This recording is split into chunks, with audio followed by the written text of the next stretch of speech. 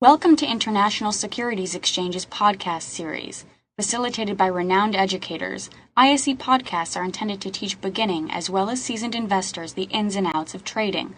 To find an updated list of podcasts, please visit www.ise.com/podcasts. And here in the next chart, you can see the foreign claims as a percentage of GDP for Eastern European countries. This is a very big problem, but you have to watch out in the future. I think the period from now until the end of the summer, let's move to the next slide. Okay. The period from now until the end of summer, it is very important. Greece will have to pay back a big bond that expires around May, and also Spain will need another 30 billion in July. And don't forget that we also have the reset of the mortgages in the US in June. In my humble opinion, things don't look that good for the European economy. So far it looks like deflation is the biggest danger, and we could have a situation like Japan in the past. There is liquidity, but there are no new investments, no growth.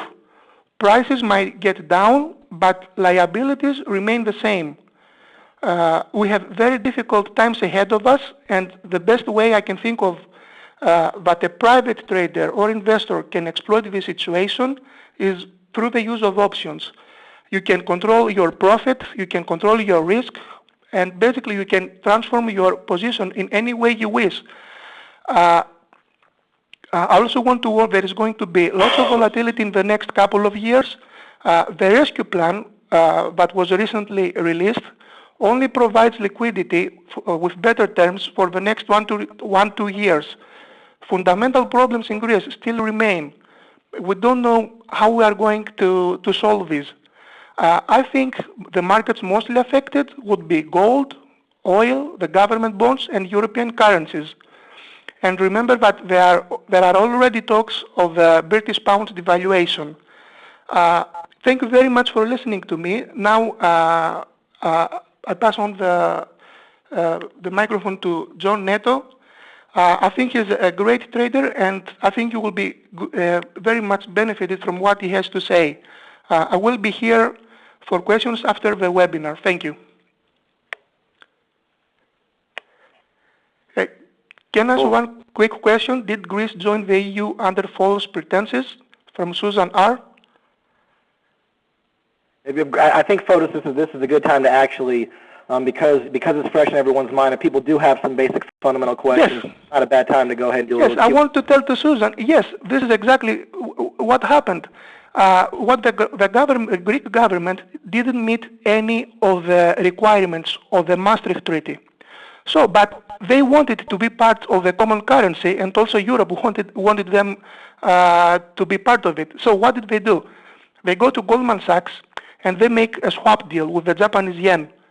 They receive 1 billion euro, so they look that their books the books are okay, and this money don't show in the books. So what happens? We have a time in future where all of this come out, and we have the crisis. But yeah, you are right. It was false pretenses. Yes. We have Dr. Frank asked a number of questions in terms of actual options protocol, which doesn't necessarily apply to the Greek crisis. I'm just scrolling through. Okay. That's Danny asking about the sound. Any questions, just real quick, over what Fotis just covered in terms of some of the fundamental backdrop or that he's just discussed? Okay. Obviously, any questions that come to mind, we'll go ahead and hit Fotis up a little bit later in the presentation. I'll go ahead and hop in here now. Just kind of like to do with every presentation, just give a very short 1-minute kind of background of just options for those that may be your first time or new to the options space.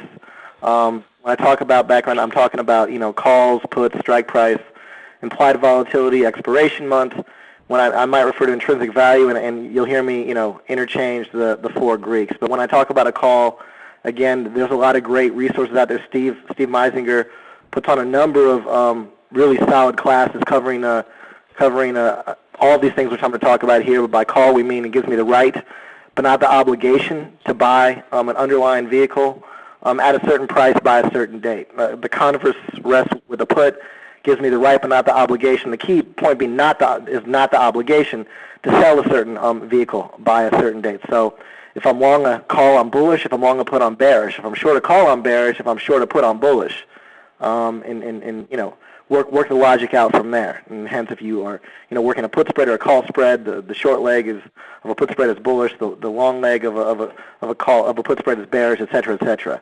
When I talk about a strike price, that's the strike price is the agreed upon price that you have. Sorry about that. And a strike price on the call. The lower the strike price on the call, the more valuable the call is.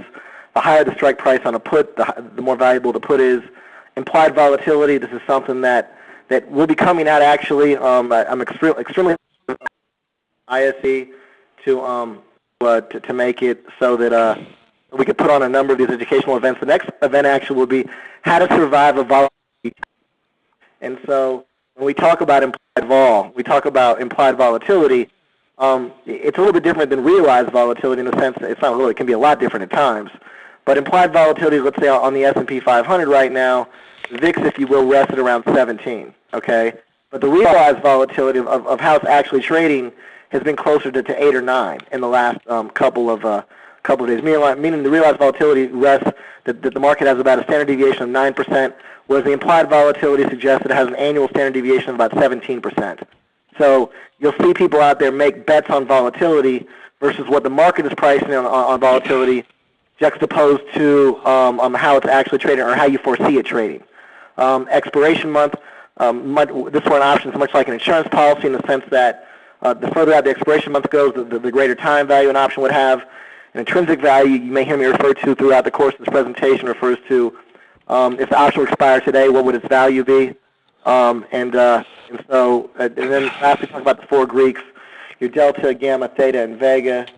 By delta meaning, you have an at-the-money call. How much if the stock or underlying or the EUI goes up, 1 full point, how much will that option rally by?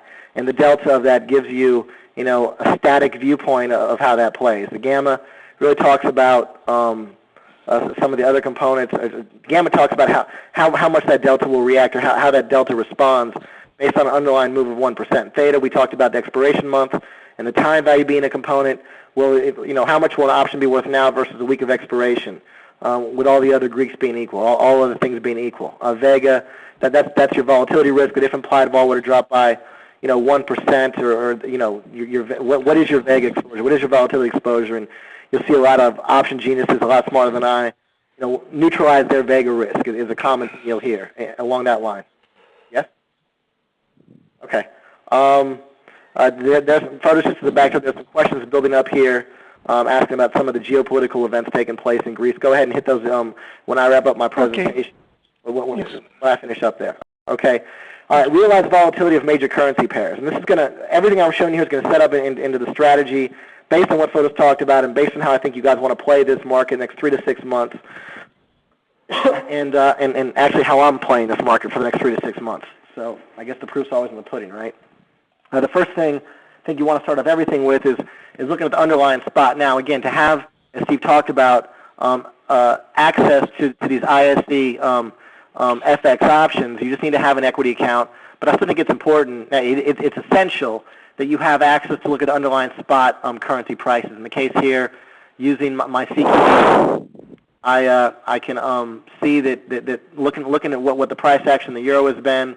This was as of Friday's close. There was obviously a nice uptick based on the news of the bailout before retreating back a little bit.